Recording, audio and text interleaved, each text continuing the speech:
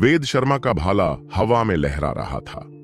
हर झटके के साथ एक चुना हुआ मर जाता, लेकिन अचानक एक ठंडी आभा ने उसे घेर लिया और उसने जल्दी से अपना भाला अपने पीछे घुमाया। धमाका! उसके भाले ने दूसरे भाले को रोक दिया जो उस पर छिपकर हमला करने की कोशिश कर रहा था। आप 7 अंडरवर्ल्ड गेट के साहिल हैं? वेद शर्मा चौंका। यह हमलावर 7 अंडरवर्ल्ड गेट का एक शीर्ष विशेषज्ञ था, इसलिए वेद शर्मा ने स्वाभाविक रूप से उसे पहचान लिया। लेकिन उसने यह उम्मीद नहीं की थी कि वह भी अब इसमें शामिल हो जाएगा। एक एहसान के लिए आपको अन्य चीजों को अलग रखना होगा। मुझे उम्मीद है कि वेद को कोई आपत्ति नहीं होगी, साहिल ने कहा। यह कोई साधारण प्रतियोगिता नहीं है, बल्कि यह वास्तव में जीवन और मृत्यु की लड़ाई है। इसका पछतावा मत करो, वेद शर्मा ने कहा। इतना गंभीर मत बनो, यह मेरा काम नहीं है। मुझे बस तुम्हें कुछ देर के लिए उलझाना है, और एक बार राघव मर जाए तो मैं अपनी सफलता की रिपोर्ट कर सकता हूं। वेद एक व्यापारी है, तो क्या ऐसा हो सकता है कि तुम नहीं बता सकते कि क्या होने वाला है? राघव आज निश्चित रूप से मर जाएगा। तुम्हें पूरी ताकत क्यों लगानी चाहिए? क्या यह बेहतर नहीं होगा कि तुम भी एक एहसान ले लो? साहिल ने सलाह दी। वेद शर्मा के चेहरे पर बर्फ जम गई। मैं, वेद शर्मा, एक व्यापारी हूं, लेकिन व्यापार करने के लिए सबसे महत्वपूर्ण चीज ईमानदारी है। चूंकि मैंने उसमें निवेश करने का फैसला किया है, तो मौत भी मेरे फैसले को नहीं बदलेगी। तुम्हें चले जाना चाहिए। खुद को मौत के मुंह में मत भेजो। वेद शर्मा, अपनी बात कहने से इनकार मत करो। मैं तुम्हें तुम्हारी भलाई के लिए सलाह दे रहा हूं। ऐसा मत सोचो कि मैं वास्तव में तुमसे डरता हूं, साहिल ने गुस्से में कहा। तो फिर तुम मर सकते हो। वेद शर्मा की 8 स्वभाव वाली आभा भड़क उठी और उसका भाला सुन हाव की ओर टूट पड़ा।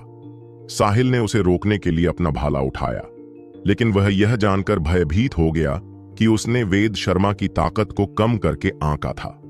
उसने खांसी के साथ मुंह से खून निकाला। उसके अंदरूनी अंग लगभग विस्थापित हो गए। साहिल 7 अंडरवर्ल्ड गेट का नंबर 1 विशेषज्ञ था, और उसकी ताकत राखी के स्तर के विशेषज्ञों से भी थोड़ी अधिक थी। वह बस एक शीर्ष विशेषज्ञ के रूप में गिना जा सकता था, हालांकि वह वेद शर्मा से एक भी वार झेलने में असमर्थ था।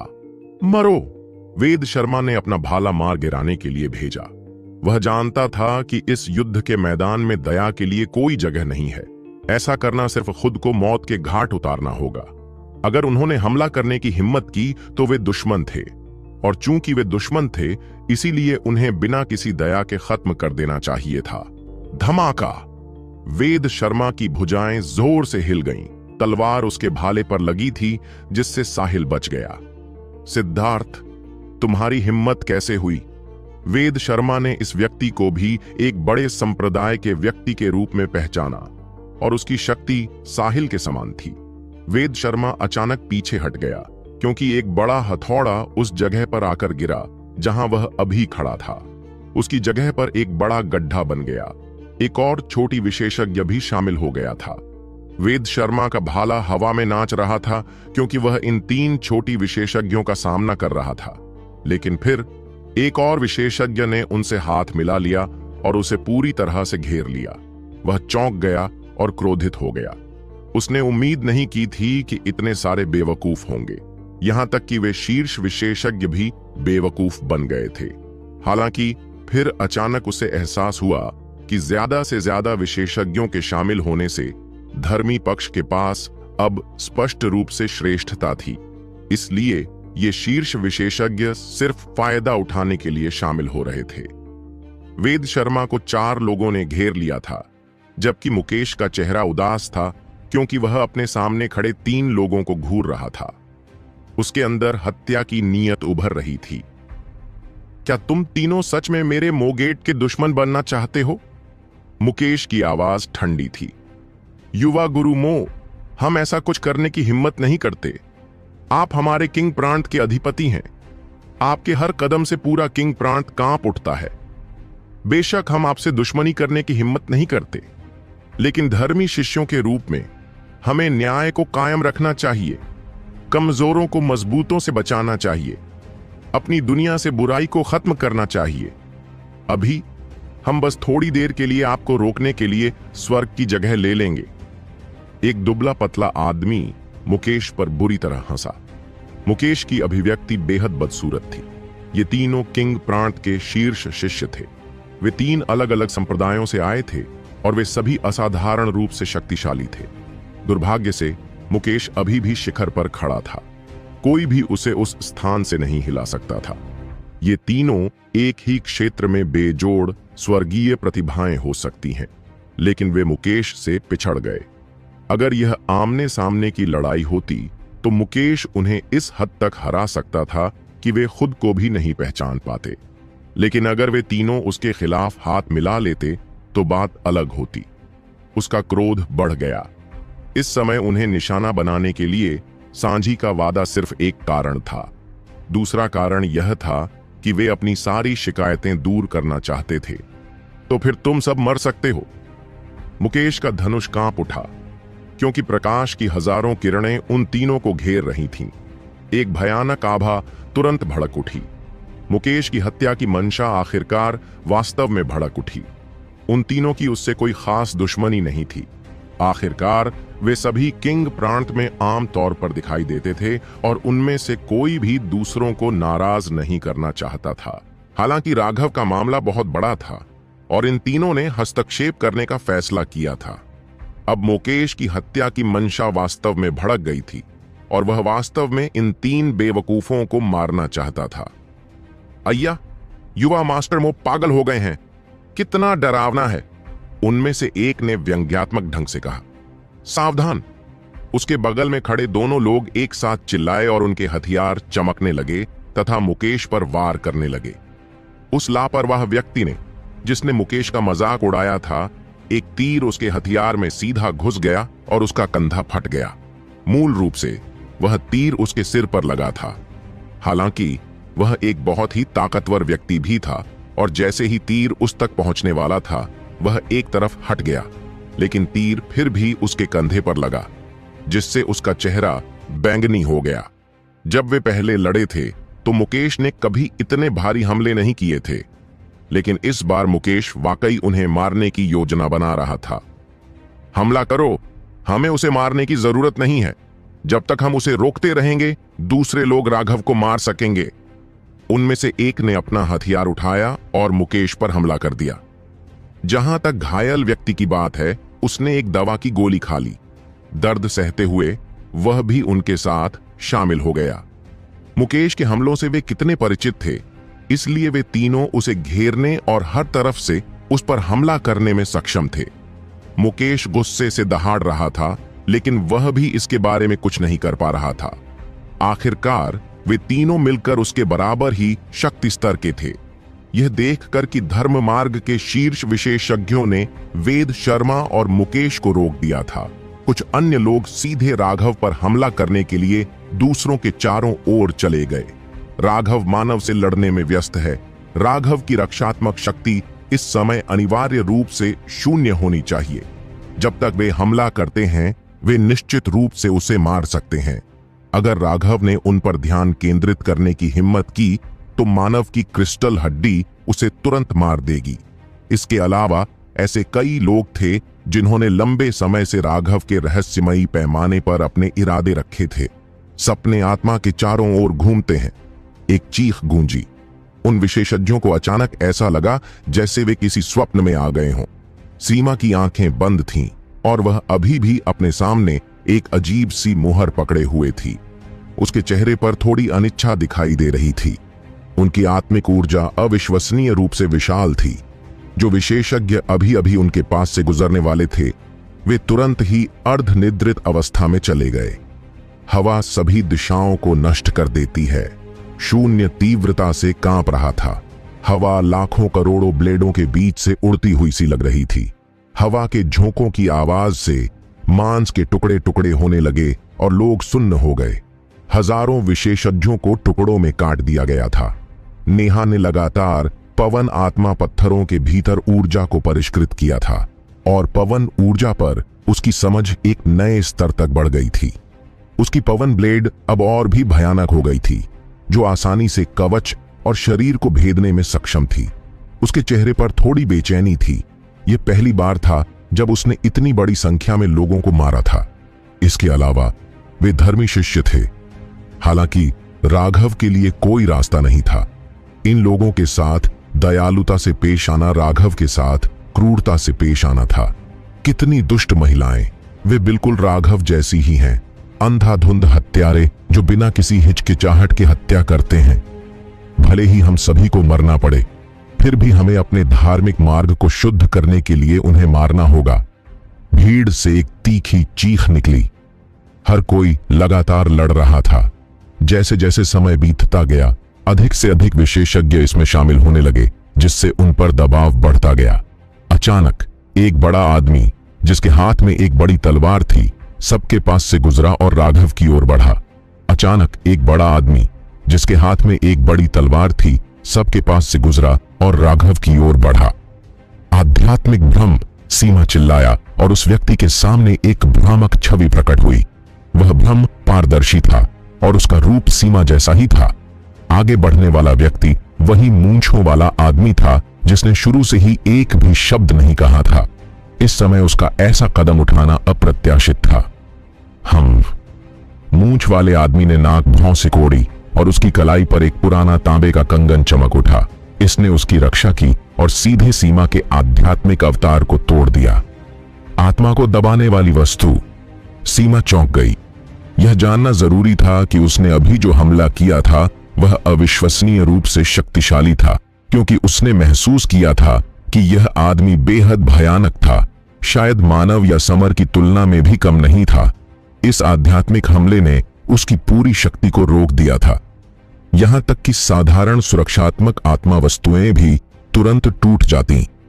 यह जानना जरूरी था कि सीमा की विशाल आत्मा ऊर्जा राघव से भी ज्यादा मजबूत थी। सिर्फ एक बेहतरीन चाल से वह उन सभी चार्जिंग विशेषज्ञों को रोकने में कामयाब रही थी।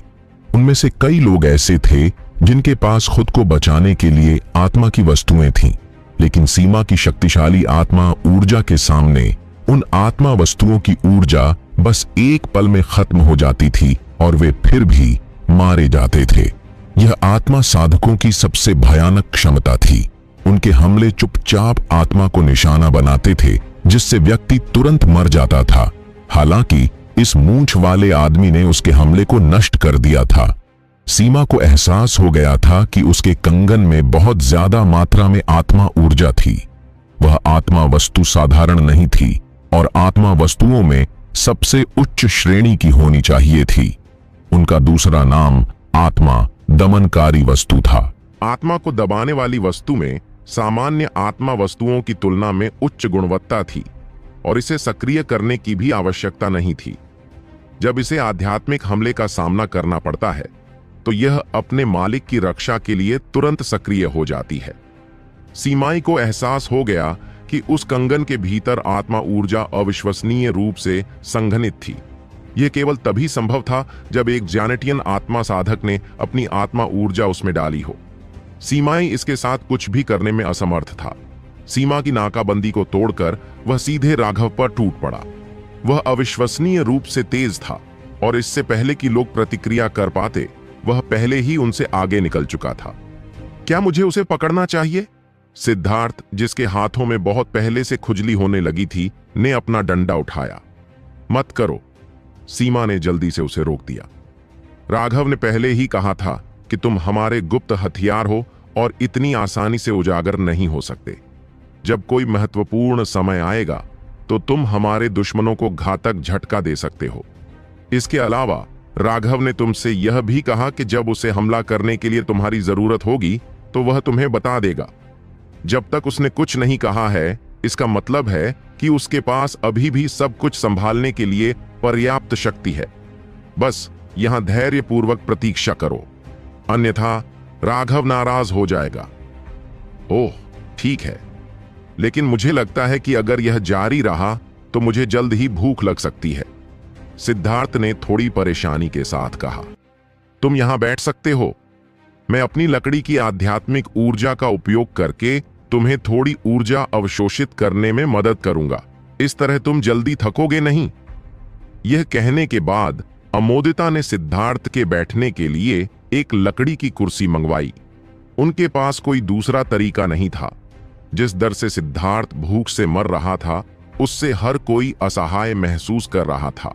सिद्धार्थ को उसकी चरम अवस्था में रखने के लिए वे केवल यही तरीका अपना सकते थे। अगर तुम्हें भूख लगे तो अपने स्थानिक वलय से खाने के लिए मांस के कुछ टुकड़े निकाल लो। अमोदिता ने उसके सामने हाथ की मोहरें बनाई, जबकि उसका पूरा ध्यान पूरे युद्ध क्षेत्र पर था। राघव नहीं चाहता था कि वह व्यक्तिगत रूप से लड़ाई में शामिल हो। उसे बस इतना चाहिए था कि वह सभी को घायल होने पर तुरंत ठीक करने में मदद करे। जब भी कोई घायल होता था तो उसके बगल की जमीन से एक जड़ उगाती थी और उसके शरीर में एक शक्तिशाली जीवन ऊर्जा भर देती थी। जब तक कि यह तत्काल मृत्यु नहीं थी, व्यावहारिक रूप से सभी चोटें तुरंत ठीक हो जाती थीं। इसके अलावा अमोदिता की रेंज बहुत बड़ी थी।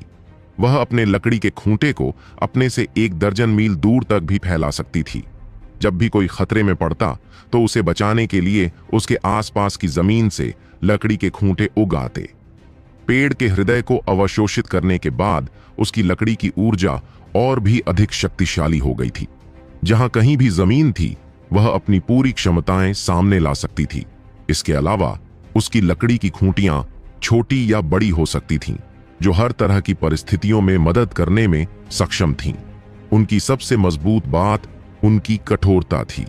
एक लकड़ी की खूंटियां ऐसी चीज थीं जिसे नष्ट करने के लिए चुने हुए व्यक्ति को पूरी ताकत से हमला करना पड़ता था। अपने हाथों की एक लहर से अमोदिता हजारों लकड़ी के खंभे बुला सकती थी। हालांकि उनकी हमलावर ताकत बहुत ज्यादा नहीं थी, लेकिन बचाव के मामले में अमोदिता नंबर 1 थी। अमोदिता की सहायता से उनके पूरे समूह को एक शक्तिशाली सुरक्षा मिली और वे अपनी पूरी ताकत से हमला करने पर ध्यान केंद्रित कर सके। जिस स्थान पर चोटी के विशेषज्ञ लड़ रहे थे, वहां मुकेश और वेद शर्मा थे, जो दूसरों से उलझे हुए थे। वहां अर्जुन भी अपने कवच में था। उसने अपने हाथों में 2 कृपाण ले रखे थे। मनोज और अन्य लोगों को उग्रता की ओर ले जा रहा था।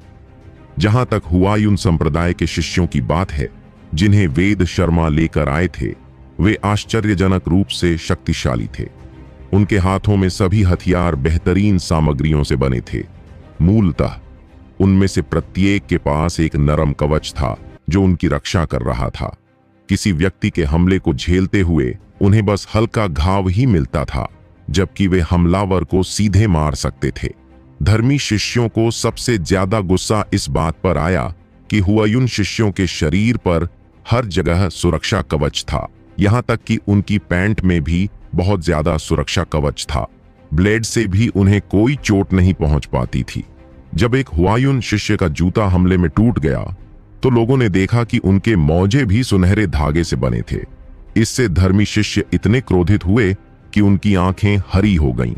वह सुनहरा धागा सोने के रेशम के कीड़ों से बना था और अविश्वसनीय रूप से महंगा था।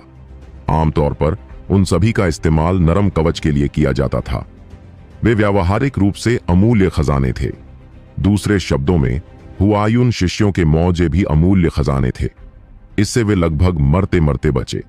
इन लोगों के पास वाकई बहुत ज्यादा पैसा था। हुआयुन शिष्यों ने आगे की ओर लड़ाई लड़ी, जबकि मोगेट शिष्यों ने पीछे से लगातार तीर बरसाए। उनके प्रत्येक तीर ने कवच और मांस को आसानी से भेद दिया। वास्तव में प्रत्येक तीर से कई लोग मारे जाते थे। उनकी ताकत बहुत ज्यादा थी और हर तीर कई लोगों के शरीर को भेद सकता था और फिर रुक सकता था। ऐसी तीरंदाजी कलाएं वाकई डराने वाली थीं। उनके समूह के केंद्र में 5 महिलाएं और सिद्धार्थ थे। महिलाएं उनकी मुख्य शक्ति थीं और वे आसानी से हमला नहीं करती थीं। ट्रम्प कार्ड एक ऐसी चीज थी जो सिर्फ एक महत्वपूर्ण क्षण में ही सामने आती थी। आपको अपने प्रतिद्वंद्वी को एक ही झटके में काट देना था। आप अपने प्रतिद्वंद्वी को अपने ट्रम्प कार्ड का जवाब देने का तरीका सोचने का समय नहीं दे सकते थे। मुकेश, वेद शर्मा और बाकी सभी को इतनी भयंकर लड़ाई करते देख सौम्या दर्द से भर गई। मूल रूप से ये वे सहयोगी थे जिनके साथ उसे कंधे से कंधा मिलाकर लड़ना चाहिए था, लेकिन अब उसने वास्तव में अपना वादा तोड़ दिया था। यह कमबख्त सांझी और उसका कमबख्त पिल टॉवर, यह कमबख्त बेवकूफी है। सौम्या के पीछे के विशेषज्ञों में से एक को कोसने से नहीं रोका जा सका। वे भी मर्दाना आदमी थे और उनमें से किसमें अहंकार नहीं था, लेकिन वे सांझी द्वारा अपमानित थे और वे केवल मुकेश और अन्य लोगों को इतनी बहादुरी से लड़ते हुए देख सकते थे। वे क्रोध से भर गए थे। उस व्यक्ति के गाली देने के बाद एक अन्य विशेषज्ञ ने चुपके से उसे धक्का दिया, सौम्या की ओर चुपके से देखते हुए। जब उसने सौम्या के ठंडे चेहरे को देखा तो वह तुरंत चुप हो गया। इनमें से किसी को भी यह अच्छा नहीं लगा, लेकिन जिसे सबसे बुरा लगा वह स्वाभाविक रूप से सौम्या थी। बस इतना था कि उसने अपनी पीड़ा के बारे में शिकायत नहीं की। तलवार ली वह मूंछों वाला आदमी राघव तक पहुंच गया है। किसी ने ऐसी चीख मारी जिसने सौम्या का ध्यान खींचा। राघव की दिव्य अंगूठी लगातार आध्यात्मिक क्यूई को अवशोषित कर रही थी। वह न केवल मानव की सार रक्त ऊर्जा को समाप्त कर रहा था, बल्कि उसकी अपनी आध्यात्मिक क्यूई भी धीरे धीरे ठीक हो रही थी। इस बिंदु पर वह पहले से ही 80% तक ठीक हो चुका था। जहां तक मानव का सवाल है, उसका चेहरा कागज की तरह सफेद हो गया था और उसका माथा पसीने से लथपथ था। आखिरकार उसकी आंखों में घबराहट दिखाई देने लगी थी। अगर ऐसा ही चलता रहा तो वह निश्चित रूप से मर जाएगा। हालांकि वह राघव का सामना कर रहा था, लेकिन वह यह भी जानता था कि उनके आसपास क्या हो रहा है। यह देखकर कि हर कोई उसके पास नहीं आ पा रहा था, वह और भी चिंतित हो गया। उसके द्वारा इस्तेमाल किया गया सार रक्त की प्रत्येक बूंद उसकी मूल शक्ति को कम कर रही थी।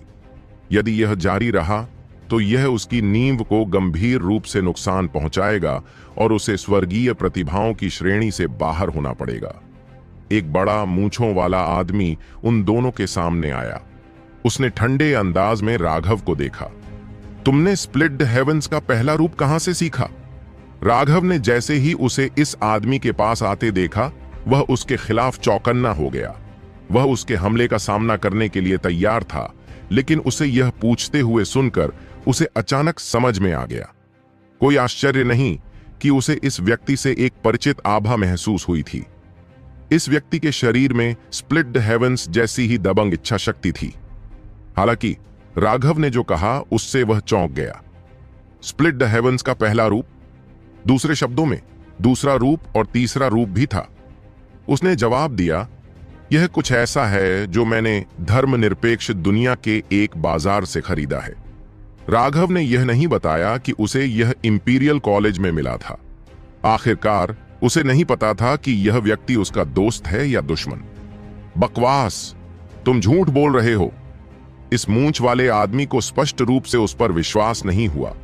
राघव की आंखें सिकुड़ गईं और उसने ठंडे स्वर में कहा, मैं राघव झूठ बोलने से घृणा करता हूं। यह तुम पर निर्भर है कि तुम मुझ पर विश्वास करना चाहते हो या नहीं। मूंछों वाले आदमी ने राघव को ध्यान से देखा। यह तय करने की कोशिश कर रहा था कि वह सच कह रहा है या नहीं। एक पल के बाद उसने कहा, विभाजन स्वर्ग युद्ध कौशल एक गुप्त तकनीक है जिसे मेरे स्वर्ग विभाजन दिव्य संप्रदाय के बाहर प्रसारित नहीं किया जा सकता है। मुझे इसे वापस लेना होगा। आप इस बारे में क्या कहते हैं? ड्रैगन स्केल की शक्ति को बनाए रखते हुए राघव ने इस मूंछ वाले आदमी को देखा। उसका स्वर बहुत चिड़चिड़ा था और उसके पास एक घमंड था जो सभी को नीची नजर से देख रहा था। हालांकि राघव इस आदमी से थोड़ा डरा हुआ था। हालांकि यह उस बिंदु तक नहीं पहुंचा था कि वह उससे डरता था, लेकिन उसे लगा कि अब उससे लड़ना एक अच्छा विचार नहीं था। एक हाथ से ड्रैगन स्केल को सहारा देते हुए दूसरे हाथ में एक घिसा हुआ जानवर का चमड़ा दिखाई दिया। यही वह चीज थी जिसने उसे पहले स्वर्ग को विभाजित करना सिखाया था। हालांकि उसने यह नहीं पता लगाया था कि यह व्यक्ति वास्तव में कौन था, लेकिन वह उसके शरीर से स्प्लिट हेवंस की आभा को महसूस कर सकता था। वह इस बारे में गलत नहीं हो सकता था। यहां राघव ने जानवर की खाल उसके पास फेंक दी। वैसे भी अब उसे जानवर की खाल की जरूरत नहीं थी। जानवर की खाल को पकड़कर उसने कुछ क्षण तक ध्यानपूर्वक उसकी जांच की। फिर उसके चेहरे पर थोड़ी निराशा उभरी। अपनी आध्यात्मिक क्यूई का उपयोग करते हुए मूंछ वाले व्यक्ति ने जानवर की खाल को विस्फोट कर दिया। उसने राघव को ठंडेपन से देखा और कहा, तुम गलत समझ रहे हो। जब मैंने कहा कि इसे वापस ले लो, तो मैं सिर्फ इस बारे में बात नहीं कर रहा था कि तुमने इसे कैसे सीखा। मुझे इसे तुम्हारे शरीर से भी वापस लेना है। तुम्हारा क्या मतलब है? राघव का चेहरा उदास हो गया और उसके अंदर क्रोध बढ़ने लगा। मेरा मतलब यह है कि मुझे तुम्हें मारना है। मूंछ वाले आदमी ने धीरे से अपनी पीठ पर रखी तलवार निकाली। मेरा मतलब यह है कि मुझे तुम्हें मारना है। मूंछ वाले आदमी ने धीरे से अपनी पीठ पर रखी तलवार निकाली। राघव अपना सिर आसमान की ओर उठाकर पागलों की तरह हंसने से खुद को नहीं रोक पाया। उसकी हंसी में क्रोध और हत्या की मंशा भरी हुई थी। यह उसका पहला मौका था जब किसी ने उसके साथ इस तरह से खिलवाड़ किया था। जानवर की खाल सौंपकर उसने पहले ही एक कदम पीछे खींच लिया था। उसे उम्मीद नहीं थी कि बदले में उसे इतना अपमान सहना पड़ेगा। अपने जीवन में राघव ने सिर्फ 2 बार ही पीछे हटने का फैसला किया था। पहली बार सांझी के साथ उसने निदान को विभाजित करने की पेशकश की थी, लेकिन उसे अस्वीकार कर दिया गया था। अब वह दबाव महसूस कर रहा था और शांति बनाए रखने के लिए उसने जानवर की खाल सौंप दी थी, लेकिन इस बार उसे अपमान का सामना करना पड़ा। इससे राघव को एहसास हुआ कि वह और भी ज्यादा कायर और हास्यास्पद होता जा रहा है। क्या वह वाकई इन घमंडी मूर्खों के साथ शांति बनाने की कोशिश कर रहा था? इसमें क्या मजाक है? Split the heavens battle skill मेरे हेवन स्प्लिटिंग डिवाइन सेक्ट का सबसे बड़ा खजाना है और इसे बाहर प्रसारित करने की अनुमति नहीं दी जा सकती। तुमने गुप्त रूप से मेरे संप्रदाय की दिव्य क्षमता सीख ली है। इससे कोई फर्क नहीं पड़ता कि तुमने गुप्त पुस्तक कहां से प्राप्त की। यह निश्चित रूप से मेरे स्वर्ग विभाजक दिव्य संप्रदाय से चुराई गई थी। मैं तुम्हें यह सब सिर्फ इसलिए बता रहा हूं ताकि मरने से पहले तुम समझ सको। मेरा स्वर्ग विभाजक दैवीय संप्रदाय अनुचित नहीं है, इसलिए तुम शांति से मर सकते हो। मूंछ वाले आदमी ने ठंडे स्वर में कहा, मुझे अपने घमंडी चुटकुले मत सुनाओ। तुम्हारी आंखें लगातार मेरे स्थानिक वलय और पैमाने को देख रही हैं। क्या तुम्हें लगता है कि तुम्हारे असली इरादे मुझसे छुपे रह सकते हैं? तुम किसी के खजाने के लिए उसे मारना चाहते हो, लेकिन तुम वास्तव में इतने सारे कारण खोजने में कामयाब हो गए। मैं वास्तव में तुम पर कृपालु हूं। तुम वाकई बेवकूफों में अव्वल दर्जे के हो। अगर तुम्हें मेरा खजाना चाहिए तो आओ, लेकिन मैं तुम्हें बता दूं, अगर तुम ऐसा करते हो तो पछताना मत। राघव की हत्या की मंशा जरा भी छिपी नहीं थी। वह सच में इस अजीब आदमी से क्रोधित हो गया था। उसने इस आदमी के लालच को महसूस किया। पहले वह सच में स्प्लिट द हेवंस के लिए आया था, लेकिन जब उसने जानवर की खाल को फेंक दिया तो उसके चेहरे पर निराशा भी नकली नहीं थी। जानवर की खाल को नष्ट करने के बाद ही उसके इरादे बदल गए थे और उसे राघव के खजाने के लिए लालच महसूस होने लगा था। मौत के मुहाने पर भी तुम्हें दूसरों की निंदा करनी ही पड़ेगी। जैसा कि उम्मीद थी, तुम वाकई अच्छे इंसान नहीं हो। तुम अब मर सकते हो। मूंछ वाले आदमी की तलवार हिल गई। यह तलवार 5 फीट लंबी और 5 इंच चौड़ी थी। यह अविश्वसनीय रूप से भारी थी। हवा सीटी बजाते हुए राघव पर उन्मत्त ऊर्जा से वार कर रही थी। तलवार के आने से पहले ही हवा ने राघव के वस्त्र उड़ा दिए। राघव का दिल कांप उठा। जैसा कि उसने सोचा था, यह मूंछों वाला आदमी मानव से बिल्कुल भी कमतर नहीं था। यह तलवार पूरी तरह से क्रूर शक्ति पर केंद्रित थी और वहां मौजूद लोगों में से केवल कुछ ही इसे प्राप्त कर सकते थे। जहां तक मानव का सवाल है, वह इस व्यक्ति को शुरुआत में ही शक्तिशाली मारक प्रहार करते देखकर खुश था। अगर इस समय कोई उसकी मदद करने नहीं आता तो वह वास्तव में बर्बाद हो जाता। राघव उसे सीधे मौत के घाट उतार देता। उस तलवार के वार के सामने राघव की आंखों में एक निर्दयी रोशनी चमक उठी। उसका बायां हाथ ड्रैगन स्केल को नियंत्रित करता रहा, जबकि उसके दाहिने हाथ में तलवार को रोकने के लिए तलवार का इस्तेमाल किया गया। यह देखकर कि राघव ने तलवार का सामना करते हुए भी अपना ध्यान बटाने की हिम्मत की, मूंछों वाला आदमी क्रोधित हो गया। क्या वह उसे नीची निगाह से देख रहा था? भाड़ में जाओ। जब तलवार उसके खूनी रंग की तलवार पर लगी तो राघव के नीचे की जमीन फट गई। राघव ने मुंह भर खून उगल दिया। हालांकि उसकी आंखों में उपहास देखा जा सकता था। मूंछ वाले आदमी के चेहरे के भाव बदल गए। उसने कुछ अजीब महसूस किया था। जब उसकी तलवार राघव की कृपाण से टकराई थी तो उसकी अधिकांश शक्ति खत्म हो गई थी। राघव पर हमला केवल 30% ही हुआ था, बाकी 70% रहस्यमय तरीके से गायब हो गया था। अय्या, मुझे धोखा दिया गया है। मूंछ वाले आदमी को अचानक एहसास हुआ कि क्या हुआ था। दूसरी तरफ एक विस्फोट हुआ। हवा में ड्रैगन स्केल अचानक प्रकाश से भर गया और वह सीधे क्रिस्टल की हड्डी से टकराया। वह भयानक जैनेटियन क्रिस्टल हड्डी पहले संपर्क में ही आश्चर्यजनक रूप से फट गई और एक भयानक ऊर्जा फूट पड़ी, जिससे राघव, मानव और मूंछ वाला आदमी उड़ गया। नहीं, मानव ने 3 बार खून की उल्टी की। एक कारण यह था कि वह बहुत करीब था, लेकिन दूसरा कारण इतना बड़ा खजाना खोने का दर्द था। उसने इस क्रिस्टल की हड्डी को निखारने में बहुत समय और मेहनत लगाई थी। यह क्रिस्टल की हड्डी दूसरों से ऊपर उठने की उसकी उम्मीद थी। वह सपनों से भरा हुआ था, लेकिन अब राघव ने उसके सपनों को नष्ट कर दिया था। मानव को ऐसा दर्द महसूस हुआ जैसे उसके अंदर के हिस्से को चीर दिया गया हो। राघव के प्रति उसकी नफरत पहले ही चरम पर पहुंच चुकी थी। सच तो यह है कि मानव की क्रिस्टल हड्डी को नष्ट करने के लिए राघव की हालत भी बहुत अच्छी नहीं थी। हालांकि वह अंदर से तरोताजा महसूस कर रहा था, लेकिन उसका शरीर बहुत तकलीफ में था। मूल रूप से उसकी योजना मानव को अंत तक थका देने की थी। उस समय तक उसकी आध्यात्मिक क्यूई पहले से ही लगभग पूरी तरह से ठीक हो चुकी होगी।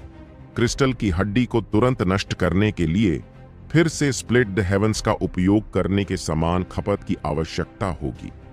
इसलिए राघव हमेशा ऐसा करने के लिए तैयार नहीं था। हालांकि मूंछ वाले आदमी के हमले ने उसे यह जोखिम उठाने की अनुमति दी थी। जुआनटियन मठ में सीखी गई कृपाण कला का उपयोग करते हुए उसने अपने हमले में 70% शक्ति को स्थानांतरित कर दिया था और फिर अपनी खुद की शक्ति को जोड़ते हुए उसने क्रिस्टल की हड्डी की ओर एक संयुक्त हमला किया था। हालांकि दुश्मन की आक्रमण शक्ति को नियंत्रित करना ऐसा काम नहीं था जो उसने पहले कभी किया था। हालांकि उसने इसका सिद्धांत सीख लिया था, लेकिन मूंछ वाला आदमी बहुत शक्तिशाली था, जिससे राघव को भी चोट लग गई। हालांकि परिणाम ने उसे सब कुछ सार्थक बना दिया। राघव, मैं तुम्हें टुकड़े टुकड़े कर दूंगा। मानव ने दहाड़ते हुए अचानक एक बड़ी गोली निगल ली। उसकी थकी हुई आभा अचानक 90% से अधिक हो गई। इंस्टेंट क्यूई रिकवरी पिल! राघव चौंक गया। अगर यह कोई साधारण इंस्टेंट क्यूई रिकवरी पिल होती तो ठीक रहता। हालांकि मानव ने एक बड़ी गोली निगल ली थी। विशाल गोलियों में साधारण गोलियों से दर्जनों गुना ज्यादा ऊर्जा थी। यह कमीना वाकई अमीर था। मर जाओ! मानव दहाड़ा। उसके हाथ में एक नई तलवार दिखाई दी। उसकी पुरानी तलवार पहले ही टूट चुकी थी, लेकिन इस तलवार की गुणवत्ता को देखते हुए ऐसा लग रहा था कि उसकी पुरानी तलवार की तुलना में इसमें कोई कमी नहीं थी। अगर तुम्हारे जैसा पाखंडी अभी भी जिंदा है तो मैं क्यों मरूंगा? राघव ने नाक भौं से कोड़ी और ब्लड ड्रिंकर ने एक खूनी रोशनी छोड़ी जो आसमान में भर गई। उसने उसे मानव पर फेंका। धमाका! मानव बुरी तरह हिल गया और उड़ गया। तभी मानव को एहसास हुआ कि उसकी अपनी ताकत 20% से ज्यादा कम हो गई थी।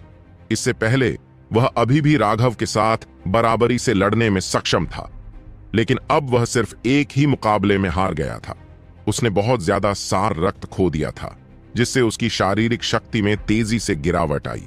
हालांकि उसकी आध्यात्मिक क्यूई 90% तक ठीक हो गई थी, लेकिन उसके लिए फिर से अपनी चरम युद्ध स्थिति तक पहुंचना असंभव था। यह कहा जा सकता है कि वह अब राघव से पूरी तरह हार चुका था। हालांकि वह कह सकता था कि राघव ने अंत में किसी और की ताकत उधार ली थी, फिर भी वह अंत में थक कर मर जाता, भले ही मूंछ वाले आदमी का हमला न होता। राघव ने अभी मानव को पीछे धकेला ही था कि पीछे से सीटी बजती हवा आई। बिना पीछे देखे राघव ने ब्लड ड्रिंकर को तलवार से हमला करने से रोक दिया। हैरान मूंछ वाले आदमी की ओर देखते हुए उसने व्यंग्यात्मक लहजे में कहा, वाह, किसने सोचा था कि मुझ में अब भी इतनी ऊर्जा बची होगी? धमाका! ब्लड ड्रिंकर ने कांपते हुए मूंछ वाले आदमी को पीछे धकेल दिया। मानव की तलवार पहले से ही उसकी पीठ पर वार कर रही थी। अपनी तलवार की एक और लहर के साथ राघव ने मानव को पीछे धकेल दिया। मानव पूरी तरह से गुस्से में था। इतना सारा रक्त इस्तेमाल करने के बाद वह अब अपनी ताकत खो रहा था। भले ही तुम्हारे पास अभी भी इतनी शक्ति बची हो, फिर भी तुम अपनी मौत से नहीं बच पाओगे। युद्ध देवतावध। मूंछों वाले आदमी से प्रकाश निकल रहा था, जिससे वह सूरज की तरह अंधा हो गया। उसकी तलवार अचानक आसमान की ओर मुड़ गई और एक उन्मत्त आभा ने राघव को जकड़ लिया। राघव का दिल कांप उठा, क्योंकि यह तकनीक बहुत परिचित थी। यह स्प्लिट द हेवंस की शुरुआत थी। उसके चेहरे पर बहुत गंभीर भाव थे। उसने अपनी तलवार भी आसमान की ओर उठाई। अब दोनों की हरकतें बिल्कुल एक जैसी थीं। दो भयावह आभाएं ऊपर नीचे चढ़ती जा रही थीं, जिससे आसमान कांप रहा था। आकाश को विभाजित करो। एक तलवार प्रतिमा और एक कृपाण प्रतिमा आपस में टकराईं, जिससे एक बहुत बड़ा विस्फोट हुआ, जिसने पूरे युद्ध क्षेत्र को हिलाकर रख दिया। राघव और मूंछ वाला आदमी दोनों ही पीछे हट गए। यह एक विश्वव्यापी टकराव था। यह बिल्कुल वही तकनीक थी, बिल्कुल वही हरकतें थीं। इस भयानक शक्ति में एक विनाशकारी शक्ति थी, जिसने सभी को चौंका दिया। किसी ने भी यह उम्मीद नहीं की थी कि इतने मजबूत प्रतिद्वंद्वी का सामना करते हुए राघव बिल्कुल वही चाल चलेगा, जिससे मुकाबला बराबरी पर आ जाएगा। मर जाओ! राघव अचानक चिल्लाया और हाथ बढ़ाते हुए एक हरी रोशनी मूंछ वाले आदमी की ओर चमकी। वह ड्रैगन स्केल था। ड्रैगन स्केल राघव के दिमाग से जुड़ा हुआ था। क्रिस्टल की हड्डी को नष्ट करने के बाद राघव उसे वापस उड़कर उसके पास ले आया था। उस आमने सामने की मुठभेड़ के बाद राघव ने तुरंत ड्रैगन स्केल को उसे मारने के लिए भेज दिया था। मूंछ वाले आदमी की युद्ध क्षमता बहुत शक्तिशाली थी। मानव की तुलना में वह इतना भी कमजोर नहीं था, इसलिए इस तरह से लड़ने से राघव बहुत थक जाएगा। अगर यह आमने सामने की लड़ाई होती तो राघव को कोई डर नहीं होता, लेकिन यह सिर्फ उसका युद्ध क्षेत्र नहीं था। उसके कई भाई अभी भी अपनी जान जोखिम में डालकर लड़ रहे थे। वह मौत से बचने के लिए जल्दी से जल्दी लड़ाई खत्म करना चाहता था। ड्रैगन स्केल शून्य को चीरता हुआ प्रकाश की एक लकीर की तरह आगे बढ़ा। इसमें अंतहीन हत्या की मंशा थी, क्योंकि यह मूंछ वाले आदमी की ओर वार कर रहा था। उसके चेहरे का भाव पूरी तरह बदल गया और उसने जल्दी से एक ताबीज तोड़ दिया। ताबीज से रून निकलकर उसके सामने एक विशाल ढाल बन गया। यह एक स्टील की दीवार की तरह था, जो बेहद मजबूत हवा छोड़ रहा था। ड्रैगन स्केल रूनिक शील्ड से टकराया और शील्ड तुरंत फट गई। मूंछ वाले आदमी के लिए उसने हिंसक रूप से खून खांसा और वापस उड़ गया। ढाल ड्रैगन स्केल के हमले को रोकने में कामयाब रही थी, हालांकि यह उसकी सारी ऊर्जा को रोकने में कामयाब नहीं हुई थी और इसका एक हिस्सा उस पर जा गिरा। राघव का चेहरा अब थोड़ा पीला पड़ गया था। अंदर ही अंदर उसने आह भरी कि यह अफसोस की बात है। ड्रैगन स्केल उसकी कल्पना से कहीं ज्यादा शक्तिशाली था, लेकिन दुर्भाग्य से उसकी अपनी शक्ति उसकी पूरी क्षमता का उपयोग करने के लिए पर्याप्त नहीं थी। 2 बार हमला करने के बाद ड्रैगन स्केल पर हरी रोशनी थोड़ी मंद हो गई थी। इसे आराम की जरूरत थी। न केवल उन हमलों ने राघव की ऊर्जा का एक बड़ा हिस्सा खत्म कर दिया, बल्कि उन्होंने ड्रैगन स्केल की ऊर्जा का एक हिस्सा भी खत्म कर दिया। यह हमला जारी नहीं रख सकता था और राघव के पास इसे जल्दी से अपने शरीर में वापस करने के अलावा कोई विकल्प नहीं था। स्प्लिट द हेवंस और ड्रैगन स्केल का इस्तेमाल करने के बाद राघव के पास 30% से भी कम आध्यात्मिक क्यूई बची थी, लेकिन अपने दांतों को भींचते हुए उसने ब्लडरिंकर को उठाया और एक बार फिर उस भयभीत मूंछ वाले आदमी पर हमला किया। स्प्लिट द हेवंस और ड्रैगन स्केल का इस्तेमाल करने के बाद राघव के पास 30% से भी कम आध्यात्मिक क्यूई बची थी। वे 2 हमले बहुत ज्यादा थका देने वाले थे, हालांकि पीछे मुड़ने का कोई रास्ता नहीं था। राघव अब बचकानी सोच के साथ इन लोगों के साथ शांति बनाए रखने की कोशिश नहीं करेगा। ऐसे लोगों से निपटने के लिए सिर्फ एक ही उपाय था, हत्या करना। इतने सारे लोगों को मारना कि वे अंततः डर जाएं। अपने दांतों को भींचते हुए ब्लड ड्रिंकर एक बार फिर से भड़क उठा और उसकी डरावनी निगाहें एक क्रोधित शैतान की तरह लग रही थीं, क्योंकि वह भयभीत मूंछ वाले आदमी पर हमला कर रहा था। मूंछों वाला आदमी यह समझ नहीं पा रहा था कि राघव स्वर्ग विभाजन दिव्य संप्रदाय की मूल तकनीक के बिना स्वर्ग विभाजन का उपयोग कैसे कर सकता है। तर्क के अनुसार उस मूल तकनीक के बिना शरीर उस भयानक ऊर्जा को स्वीकार करने में सक्षम नहीं होगा और विस्फोट हो जाएगा। भौतिक शरीर चाहे कितना भी मजबूत क्यों न हो, मूल तकनीक के बिना स्प्लिट हेवंस की पूरी शक्ति का उपयोग करने का कोई तरीका नहीं था। इससे पहले जब राघव ने मानव के खिलाफ इसका इस्तेमाल किया था, तब मूंछ वाले व्यक्ति को ऐसा एहसास नहीं हुआ था।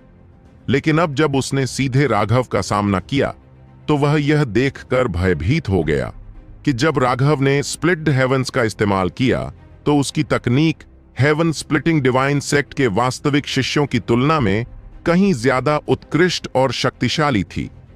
यदि उसके संप्रदाय के किसी वरिष्ठ ने उसे सुरक्षात्मक ताबीज नहीं दिया होता, तो वह पहले ही राघव के ड्रैगन स्केल द्वारा मारा जा चुका होता। यह कहा जा सकता है कि अभी अभी वह मृत्यु देवता के कंधे के ठीक सामने से गुजरा था। ग्रिम रीपर की दरांती उसके गले के ठीक सामने दबा दी गई थी। वह भय से भर गया था। हालांकि एक बात जिसने उसे तसल्ली दी वह यह थी कि उसने देखा कि राघव ने जो अजीबोगरीब स्केल निकाला था, उसकी ऊर्जा भी खत्म हो गई थी। उसे कुछ समय के लिए फिर से उसका इस्तेमाल नहीं करना चाहिए।